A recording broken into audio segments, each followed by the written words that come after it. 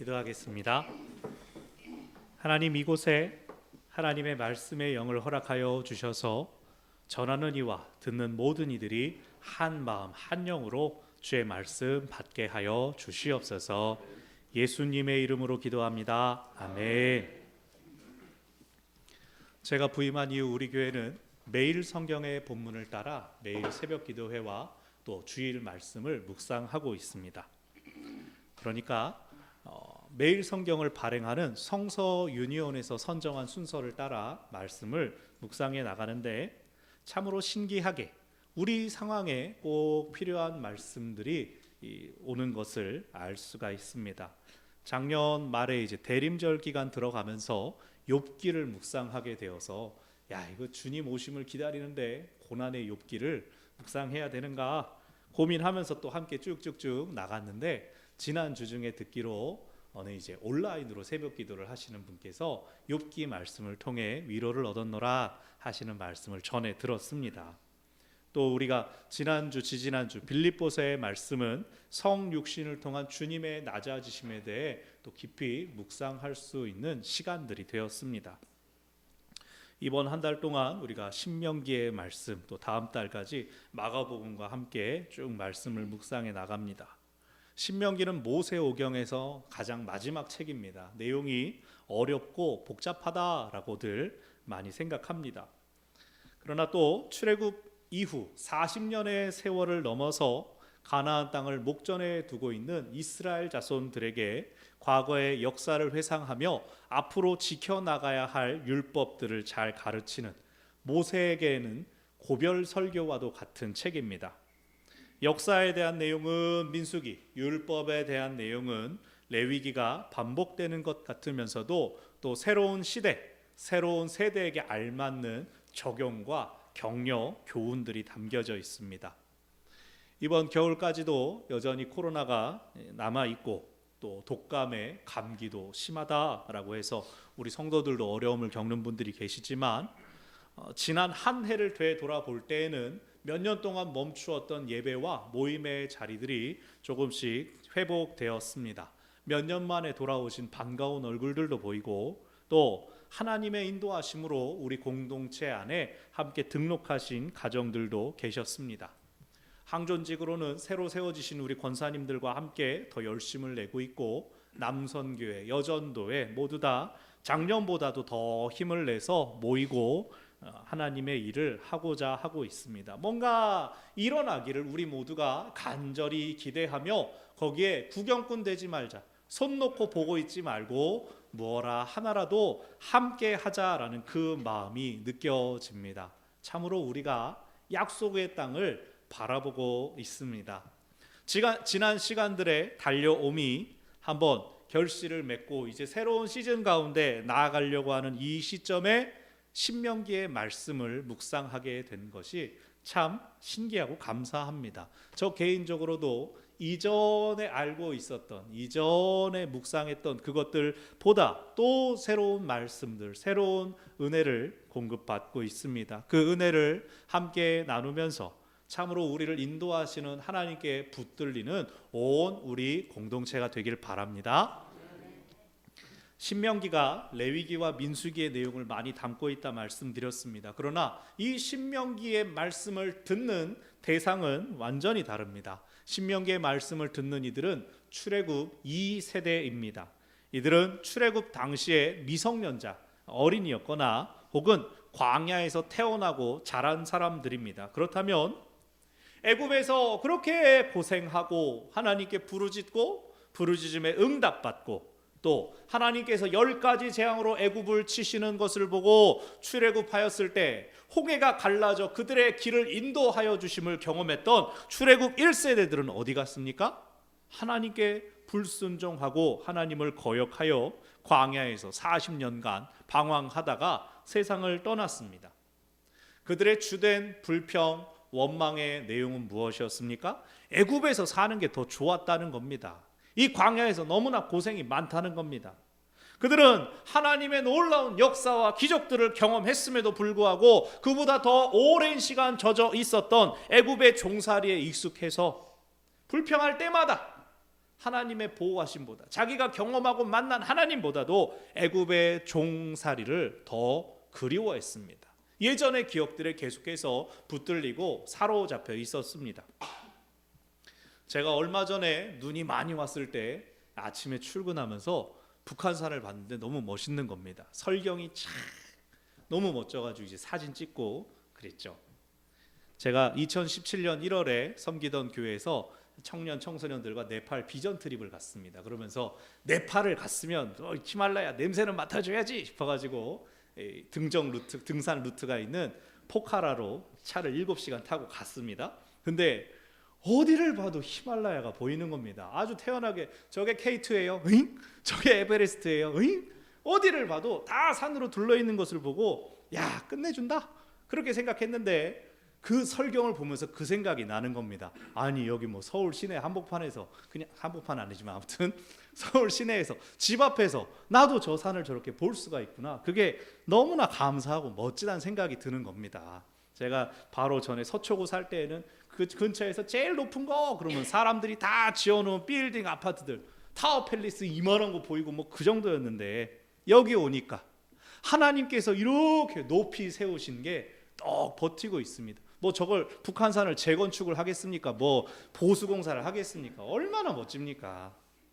제가 그 강남에 사는 동안에는 심심해서 이제 출근길에 뭐 찍을 거리 없나 그러다가 찍은 게 이제 그 타워 팰리스 밑에 양재천 졸졸 흐르는 거, 그거 인스타에 쫙 찍어 올렸는데 이제는 그 북한산 사진이 다 밀어버리기를 바랍니다. 오늘 아침에도 이제 찍으면서 왔는데 새로운 은혜가 이전 것들을 밀어내고 덮어내기를 사모하는 마음이 제게도 있고 여러분께도 있기를 바랍니다.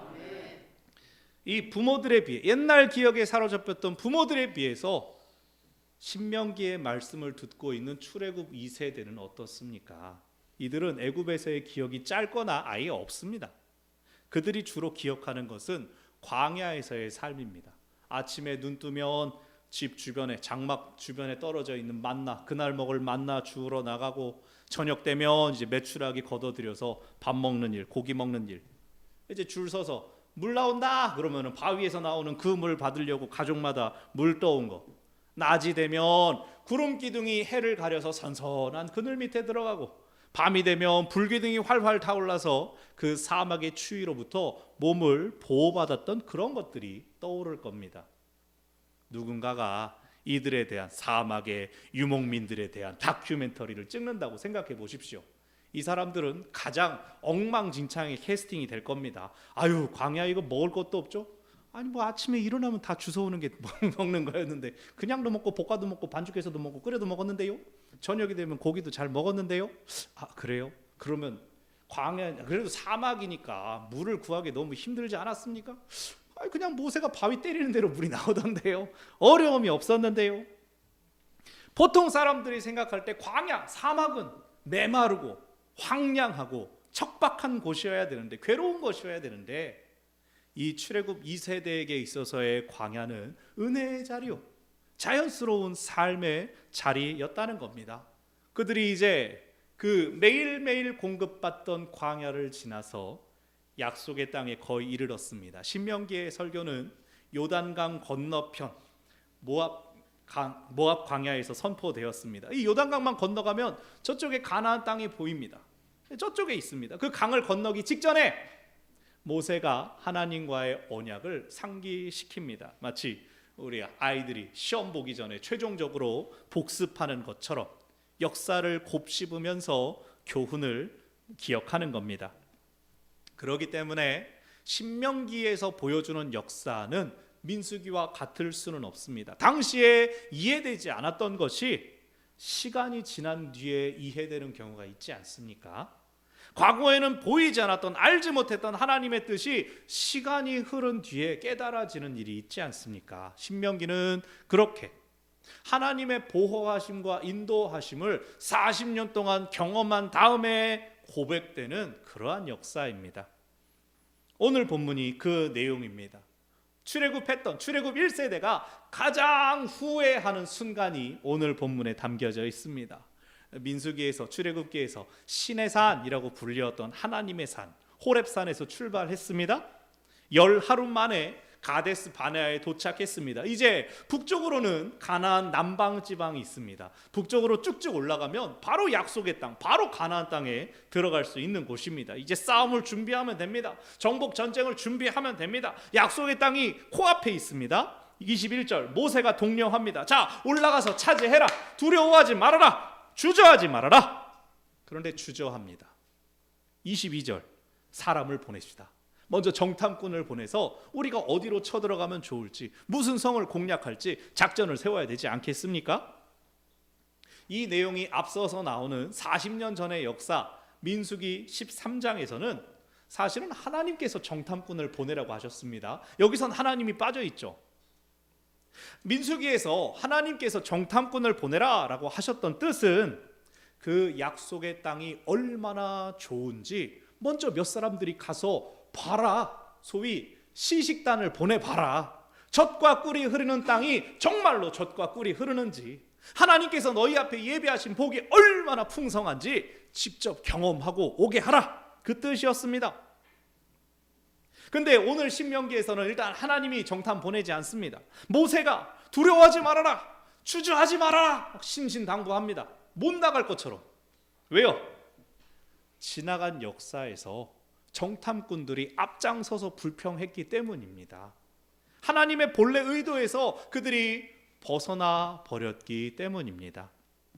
아니, 그러면 역사를 지금 왜곡하는 겁니까? 하나님이 보내라고 했다가 지금 빠져버린 겁니까? 그런 뜻이 아닙니다. 25절 정탐꾼들은 그 땅을 잘 살펴보았습니다. 그리고 그 땅의 열매를 가지고 돌아와서 하나님께서 주신 그 땅 진짜 좋아요 라고 보고했습니다.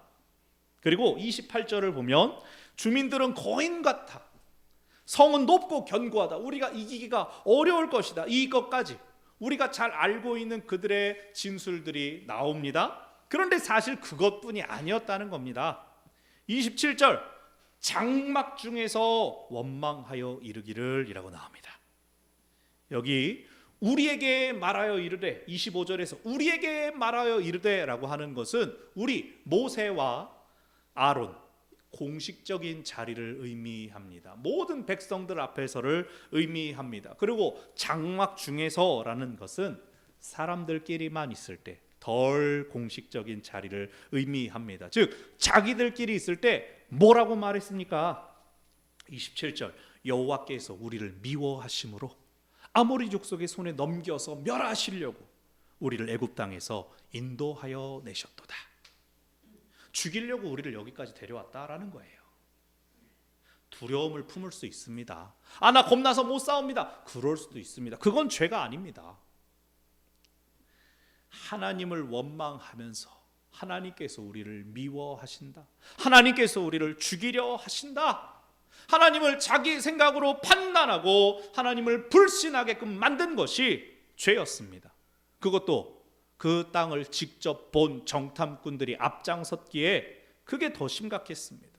자기들의 눈으로 본 땅이 좋았고 받은 느낌이 정말 좋은 곳이다, 하나님께서 허락하신 것을 보고 전하는 것이, 알리는 것이 그들의 사명이었는데 그들은 선을 넘어버렸습니다. 좋은데 싸우면 질 것 같아, 우리는 못 이겨, 우리는 죽을 거야, 하나님이 우리를 미워하셔서 여기다 보낸 거야 라고 해버렸습니다. 여러분, 기도할 때 내 판단과 내 감정을 조심해야 됩니다. 내 기도가 들어지지 않는다고 해서 하나님이 나를 미워하셔, 하나님이 나를 버리셨는가 봐, 그러면 안 됩니다. 그게 죄라서요? 아니요, 죄라서가 아니라 그러한 생각을 품으면 내가 성숙할 수 없기 때문입니다. 성장할 수가 없습니다.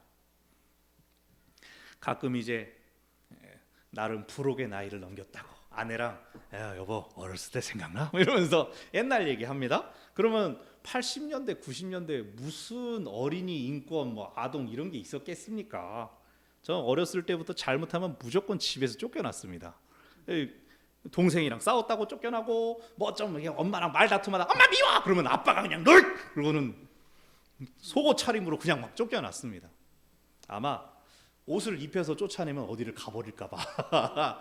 그러면 이제 속옷 차림이니까 어딘 가지 못하고 문 앞에 서가지고 잘못했어요 보이지도 않는데 손을 싹싹 빌고 동생이랑 같이 아주 혼쭐이 났습니다. 이게 아직도 선명한 7살 때 5층 아파트에 5층에 살았는데 그 계단 복도 앞에서 그 철문을 붙잡고 울던 기억이 아직도 선명합니다. 그때만이 아니라 초등학교 들어간 다음에 교회 사택에서 살던 때도 그렇게 혼이 나가지고 언제 멈췄냐면 아버지가 목사 안수를 제가 5학년 때 받으시니까 그때부터 이제 밖으로 안 내보내고 소리가 나면 목사님네 애들 또 쫓겨났네 혼나네 그러니까 이제 안에서 혼났는데 한 번 이제 쫓겨나면 며칠 동안 저는 막 저분이 우리 부모님이 맞는가? 아랫집 아줌마가 더 잘해주는데 혹시 바뀌었나 막 별 생각을 막 조그만 애들. 제가 지금도 저한테 분명히 열쇠가 있는데 그게 안 열린다 그러면 막 트라우마가 확 올라오는 겁니다. 쫓겨난 기분이 드는 거예요. 이게 왜 안 열리지? 왜 나한테 잠겨 있지? 제가 처음 부임해가지고 원로 목사님이 열쇠 따발을 이만한 걸 주시는데 제가 이 열쇠랑 이 문이랑 맞는지 어떻게 알아요? 뭐 빨리 열려라. 그랬네요. 그런데 저희 부모님이 특별히 악한 분이셔서 그렇게 했어요? 다 그랬죠. 다 그랬어요. 알고 보니까 이제 저희 부모님도 얘네들 괜찮나? 이 구멍으로 보면은 마주칠까봐 귀에 대고 막 얘들 있어? 아직 있어? 좀 조용해지고 이 도끼 빠진 것 같으면은 그때 막 표정 관리 딱 하신다. 들어와 이러면 이제 살려줘서 감사합니다. 말 듣고. 근데 예전에는 몰랐죠. 어렸을 때는 몰랐죠. 근데 이제는 그 부모님의 마음을 헤아릴 수 있게 되었습니다. 하나님은 결코 우리를 미워하시지 않습니다. 하나님이 못하는 일이 있다면 우리를 미워하는 걸 겁니다. 누가복음 11장에서 예수님께서 말씀하셨습니다. 어느 아버지가 아빠 물고기 먹고 싶어요 그러는데 여기 뱀 먹어라, 계란 좀 주세요, 여기 전갈 먹어라. 어느 아버지가 그러겠느냐. 아무리 악한 사람이라도 자기 자식에게는 좋은 걸 줄 알거든 하물며 하늘 아버지께서 구하는 자에게 성령을 주시지 않겠느냐. 여러분 하나님을 믿고 신뢰하시기 바랍니다. 기도는 내 문제를 해결하는 과정이 아니라 하나님께로 나아가는 여정이고 과정입니다. 그 하나님께 나아가는 지도 자체가 하나님께 있습니다. 그러니까 내 생각대로 안 되는 것도 때로는 당연한 겁니다. 그에 대한 기도 응답 왜 안 되지 하고 일어나는 감정은 내 겁니다. 그러나 나를 향한 하나님의 계획은 하나님의 것이죠. 하나님의 것 받기 원하십니까? 그러면 하나님께 맞춰야죠. 하나님을 구하고 바라야 하겠습니다.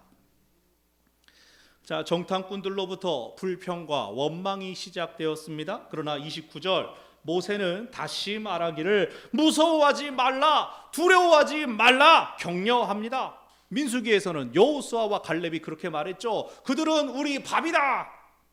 모세도 하나님의 뜻이 어떤지 알기에, 하나님이 어떤 분이신지 알기에 이렇게 말합니다. 이 31절 이후로 하나님이 애굽에서 싸우신 것처럼 이제도 너희를 위하여 싸우실 것이다.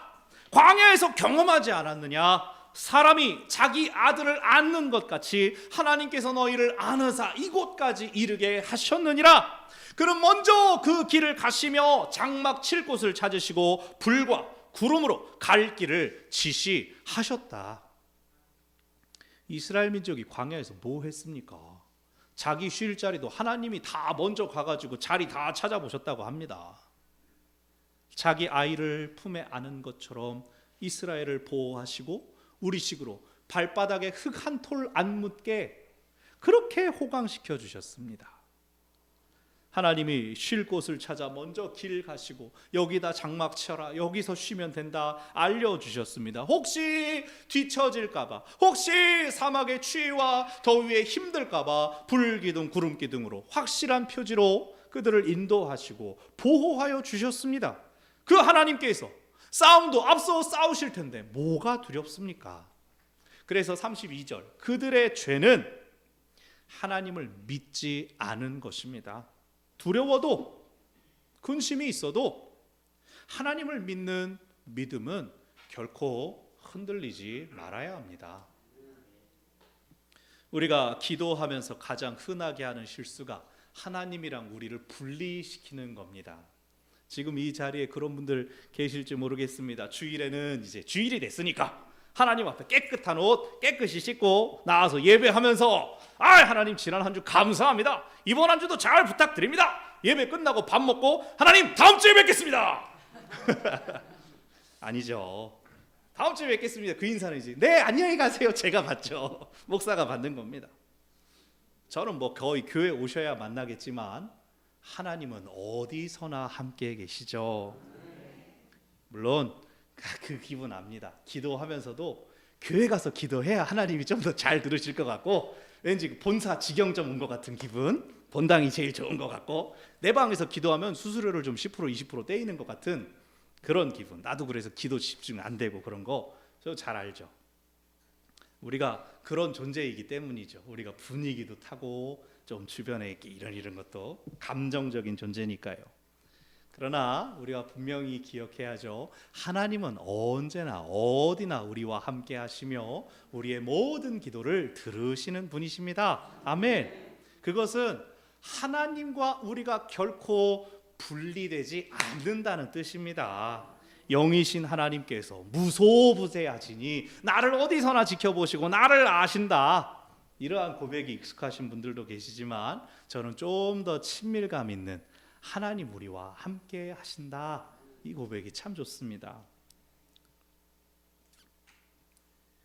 얼마 전에 우리 가까운 이 방학일동에서 안타까운 사고가 있지 않았습니까? 자기 집도 아니고 아랫집에 불이 났는데 그것을 피하다가 일가족이 참변을 당했습니다. 7개월 될 아기랑 2살 된 아기를 살리겠다고 그 아이들을 안고 4층에서 뛰어내린 그 부모의 마음을 우리가 너무나 잘 이해할 수 있지 않습니까? 남편을 잃은 아내는 그 상실감에 또 힘들고 슬플 것이고, 지금은 아무것도 모르는 아이들도 자라면서 그 일을 들을 때 그 마음이 오죽하겠습니까? 그런데 아버지의 입장에서 어떻겠습니까? 아이들이 살았습니다 들었으면 그 희생이 아깝겠습니까? 한 명만 아니고 둘 다 살았다고 감사합니다. 엄마가 살았다고 엄마가 곁에 있구나 다행이다 그러지 않겠습니까? 똑같은 상황이 돌아와서 다시 또 당신이 죽어야 아이들이 살 수 있습니다. 그럼 그 아버지가 어떻게 하겠습니까? 사람이 자기 아들을 안는다는 건 그런 뜻입니다. 너를 결코 괴롭게 하지 않겠다. 나의 생명을 바쳐서라도 너를 지키겠다. 너를 보호하겠다. 그러면서도 또 아이가 자라면서 배워야 될 것이 있다면 그것을 위해 다소 훈련과 연단이 필요하다면 그 역시도 부모는 감수합니다. 그런 마음으로 자녀들 군대도 보내고 또 유학도 보내지 않습니까? 아이가 성장하면서 스스로 설 수 있도록 마음이 단단해지도록 성숙을 돕고 지원하는 것도 부모의 몫입니다. 그런데 또 자녀가 그거 끝까지 다 못하고 중도에 포기하고 돌아와도 그걸 또 안아줍니다. 부모는 괜찮다, 고생했다, 우리 또 다시 힘내보자. 부모는 그렇습니다. 하나님께서 바로 그렇게 이스라엘을 보호하고 인도하셨습니다. 광야길에서 너희를 안고 여기에 이르렀다라고 모세가 말합니다. 근데 하나님께서 40년 광야길에 너희는 이제 나가서 벌받고 와 40년 후에 보자. 하나님 그러셨습니까? 아니죠. 너희는 광야로 들어가라. 불순종한 나를 연수로 쳐서 방황하라. 그렇게 말씀하시고 광야에 함께 들어가셨습니다. 29장에서 나중에 모세가 고백하기를 우리가 광야 생활 중에 하나님의 도우심을 입었다. 우리의 먹을 것이 떨어지지 않았고 옷이 낡아지지 않았고 신발이 헤어지거나 닳지 않았다라고 고백합니다. 참으로 하나님께서 벌을 받는 40년조차 당신의 백성들을 품에 안으시고 그 광야에 함께 계셨습니다. 오늘 3장 후반부를 보면 불순종한 세대는 광야에서 죽을 것이다 라고 하셨지만 광야에서 그들이 고통스럽게 말라 비틀어지게 내버려두지 않으셨습니다. 40년이라는 시간이 나오죠. 벌받는 시간이다 라고 정하셨지만 사실 이 40년은 불순종한 세대가 나이 들어서 자연스럽게 세상을 떠날 때까지 걸린 시간이 40년이었습니다. 하나님께서는 불순종한 그들도 생애 끝까지 돌보셨고 또 그들 안에서 순종의 세대들을 일으키고 계셨습니다. 하나님께서는 모든 이들을 당신의 품에 품으시고 안아주셨습니다. 우리 교회가 40년 좀 넘게 달려왔습니다. 만나이법 개정 그래가지고 새해가 됐는데도 저는 여전히 43살입니다. 근데 교회는 이제 해가 바뀌었으니까 43주년 차가 됐죠. 그러니까 제 생일 때까지는 저랑 교회랑 동갑 아닙니까? 제 작년에는 교회가 제 동생입니다 그랬는데, 그럼요 여러분, 저를 보십시오. 우리 교회 중견입니까? 중년이에요? 아니죠. 한창 때입니다. 젊을 때입니다. 갈 길이 많이 남았습니다. 이전의 시간들 주가 쓰시는 교회로 여러분 잘 달려오셨습니다. 어려운 시간들 하나님께서 품에 안고 잘 넘겨주셨습니다. 우리를 도우시고 인도하신 하나님께서 지금도 함께 하시고 앞으로도 함께 하십니다. 그 하나님께 집중하여 하나님께 순종하는 교회 되기를 바랍니다. 그것으로 인하여 좋은 소문이 나고 그것으로 더 많은 사람에게 기쁨과 위로와 소망을 주는 우리 교회 되기를 바랍니다. 참으로 많은 이들에게 약속의 땅, 영을 살찌우는 젖과 꿀이 흐르는 영적 가나안으로 주가 쓰시는 교회 되기를 바랍니다. 말씀을 정리합니다.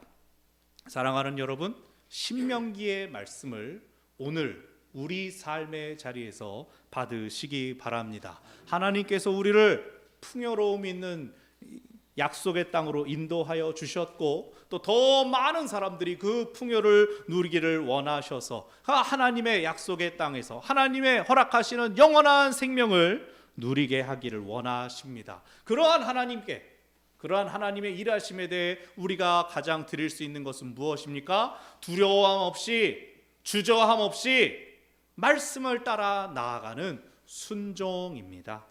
주가 보여주시는 섬김과 헌신의 초대에 아멘으로 응답하는 우리 모두가 되기를 바랍니다. 기도하겠습니다. 우리를 여기까지 인도하신 거룩하시고 살아계신 하나님 아버지, 마치 사람이 자기의 아이를 품에 안는 것 같이 하나님께서 우리를 당신의 품에 품으셨습니다. 참으로 하나님께서 우리와 함께 하셨기에 우리가 여기 지금 이곳에 있을 수가 있습니다. 그리고 또 앞으로도 하나님의 인도하심 안에 거하기를 간절히 원하오니 주여 저희를 쓰시옵소서. 저희로 하여금 주저함과 두려움을 내려놓고 우리를 사랑하시는 하나님을 든든히 붙잡고 주가 이끄시는 그 길 담대히 나아가 약속의 땅을 취하고 또 더 많은 사람들을 구원의 방주로 인도하게 하여 주시옵소서. 예수님의 이름으로 기도합니다. 아멘.